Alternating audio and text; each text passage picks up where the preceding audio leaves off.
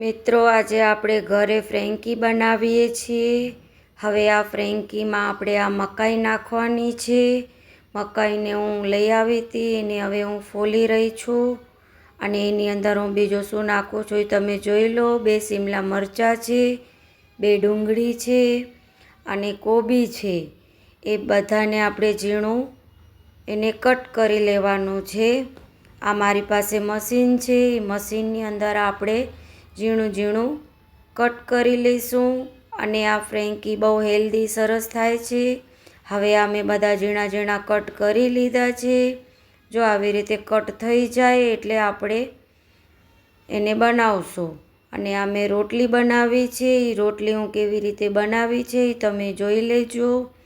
મારી વિડીયોમાં બને રહો, ક્યાં જાતા નહીં, તમે આખો વિડીયો જોશો તો તમને ખ્યાલ આવશે। હવે એની અંદર આપણે કાંદા, શિમલા મરચાં, કોબી એ ઝીણો ઝીણો સમાર્યો તો એ આપણે એની અંદર નાખી દેવાનું છે। સરસ રીતે મિક્સ કરી દેવાનું છે। હવે એ સરસ મિક્સ થઈ જાય, હવે એની અંદર આપણે બાફેલી મકાઈ નાખશું। એ બાફેલી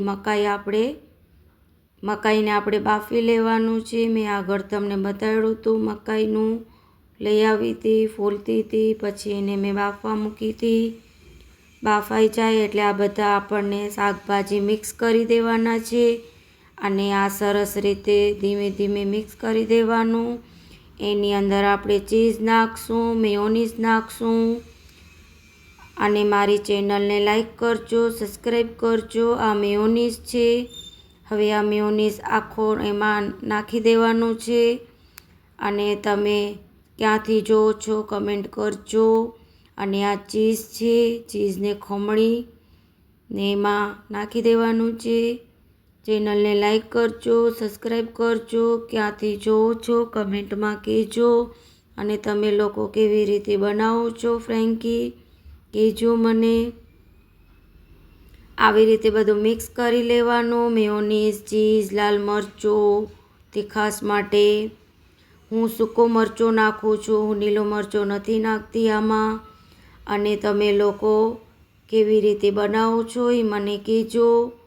અને આ ફ્રેન્કી બહુ સરસ હેલ્ધી બને છે, છોકરાઓ માટે સરસ છે અને હું આમાં ઘઉંનો લોટનો ઉપયોગ કરું છું। સૂકો મરચો, મીઠો બધું નાખી દેવાનું। હવે હું લોટ બાંધું છું।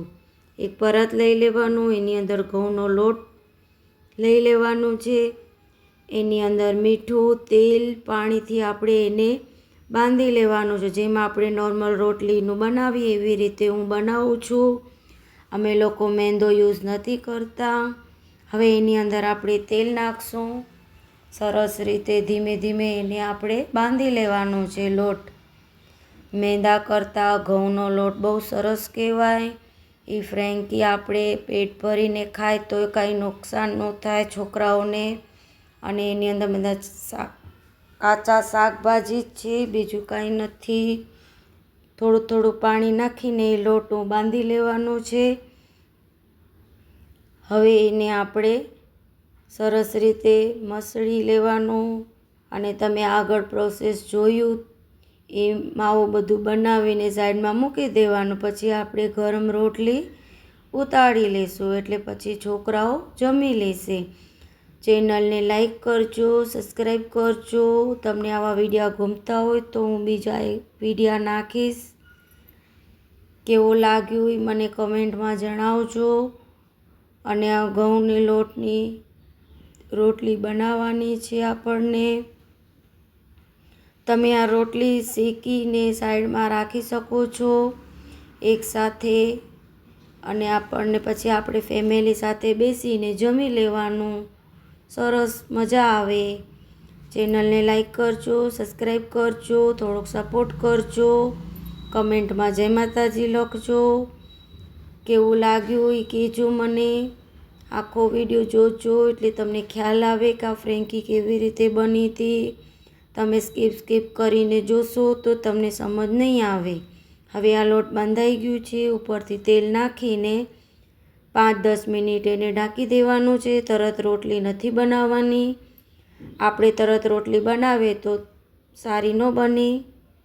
જો કે આપણે લોટ બાંધીને થોડીવાર રાખી જ દેવાનો, તરત રોટલી નહીં બનાવવાની. હવે આ મસ્ત રીતે મસળી લેવાનું, પછી ઢાંકીને મૂકી દેવાનું છે. અને આ મારી ફ્રેન્કી કેવી બની હતી જરાક કમેન્ટમાં જણાવજો ભાઈઓ બહેનો મિત્રો. જય શ્રી કૃષ્ણ, જય માતાજી. જો આવી રીતે સરસ રીતે મસળાઈ ગયું છે. હવે આપણે એને ઢાંકી દઈશું. હવે આપણે મકાઈને બાફી લઈશું. એ બફાઈ જાય એટલે તમે જોયું હતું. હવે એ લોટને 5-10 મિનિટ થઈ ગઈ છે. હવે આપણે રોટલી ઉતારી લઈશું. હવે આવી રીતે એક મોટો લો લઈ લેવાનો છે, ગોલ ગોલ વણી લેવાની છે. હવે એ ગોલ વણાઈ જાય એટલે આપણે એને શેકી લેવાનું છે. આપણે જે નોર્મલ રોટલી બનાવીએ એવી રીતે આપણે, તમે લોકો નાની બનાવતા હશો તો એના કરતાં થોડી મોટી બનાવી લેવાની. હવે એ રોટલી વણીને રેડી થઈ જાય એટલે આપણે ઘીમાં શેકી લેવાની છે. કોઈ તેલમાં શેકે, કોઈ બટરમાં શેકે. અમે લોકો ઘીમાં શેકે છે. તમને જેમાં ફાવે એવી રીતે તમે શેકી શકો છો. હવે આવી રીતે પતલી ગોળ બની ગઈ છે મારી રોટલી. અને વધારે પૂરતો તમે ઘીમાં શેકશો તો વધારે સારું રહેશે. ઘીમાં તો સારું જ કહેવાય, તેલ નુકસાન કરે, બટર નુકસાન કરે. આવી રીતે મસ્ત ગોળ ગોળ શેકી લેશું આપણે. જો કેટલી મસ્ત પતલી પતલી બની ગઈ છે. વિડીયોમાં રહેજો, તમે શાંતિથી વિડીયો જોજો એટલે તમને ખ્યાલ આવશે. નહીં તો તમને કાંઈ ખબર નહીં પડે એમને એમ જોઈ લેશો તો. અને ફ્રેન્કી ઘરે બનાવજો. હવે આ તવો ગરમ થઈ ગયો છે આપણો. એ તવા ઉપર આપણે રોટલી શેકી લેશું. શેકાઈ જાય એટલે આપણે જમવા બેસી જઈશું. તમે લોકો વિડીયો ક્યાંથી જોવો છો એ કમેન્ટમાં જણાવજો કે તમે ક્યાંથી જુઓ, મારો વિડીયો ક્યાં પહોંચ્યો. મને બી મજા આવે. અને સારી કમેન્ટ કરજો એટલે આનંદ થાય જોઈને આપણને, એકાબીજાને સપોર્ટ કરવાનો. અમે પણ તમારા વિડીયો જોશું. મારી વિડીયોમાં કમેન્ટ કરજો ક્યાંથી જોઈ રહ્યા છો. ધીમા આંચે આપણે એને શેકવાનું છે, બહુ ફાસ્ટ નથી કરવાનું. ચેનલને લાઈક કરજો, સબસ્ક્રાઈબ કરજો. અને તમે મારા વિડીયો ક્યાંથી જોવો છો એ જણાવજો જરા. જો આવી રીતે આપણે આને બહુ આકરી પણ નથી કરવાની, ધીમે ધીમે શેકવાનું છે. બહુ ઘાઈ નથી કરવાની. તમે ઘાઈ કરશો તો આ બળી જશે. પછી ફ્રેન્કી સારી નહીં બને. પછી કહેશો કે આ તો કેવી બની. હવે એની ઉપર આપણે ઘી થોડું નાખી દેવાનું છે બંને સાઈડ ઉપર. જેમ બને એમ બધું ધીમે ધીમે કરવાનું, શાંતિથી કરવાનું. ઉતાવળ નથી કરવાની. તમે લોકો ઉતાવળ કરશો તો બગડી જશે. હવે જો આવી રીતે શેકીને આપણે પ્લેટમાં લઈ લેવાની છે. હવે આ ફ્રેન્કી આપણે બનાવશું. મેં તમને પ્રોસેસ બતાવ્યું હતું આગળ વિડીયોમાં. આવી રીતે રોટલી ઉપર રાખીને ગોળ આવી રીતે કરી લેવાની. 3-4 આવી રીતે બનાવીને પ્લેટમાં રાખી દેવાનું. પછી આપણે જમશું. હવે અમે લોકો જમશું. અને આવી નવી રેસીપી આપણે કાલે જોશું. કાલે મારો વિડીયો આવશે, તમે જોતા રહેજો મારા વિડીયો. ચેનલને લાઈક કરજો, સબસ્ક્રાઈબ કરજો, કમેન્ટ કરજો. અને હું લાઈવ પણ આવું છું. તમારે લાઈવમાં જોડાઈ જજો. સવારના 10 વાગે, સાંજના 5 વાગે. હવે આ મારી ફ્રેન્કી રેડી થઈ ગઈ છે. અમે લોકો જમશું. બધા મિત્રોને જય માતાજી, જય શ્રી કૃષ્ણ, હર હર મહાદેવ. જો આવી રીતે સરસ રીતે. અને આ બહુ ટેસ્ટી બની છે. અમે લોકો અવારનવાર બનાવતા હોઈએ.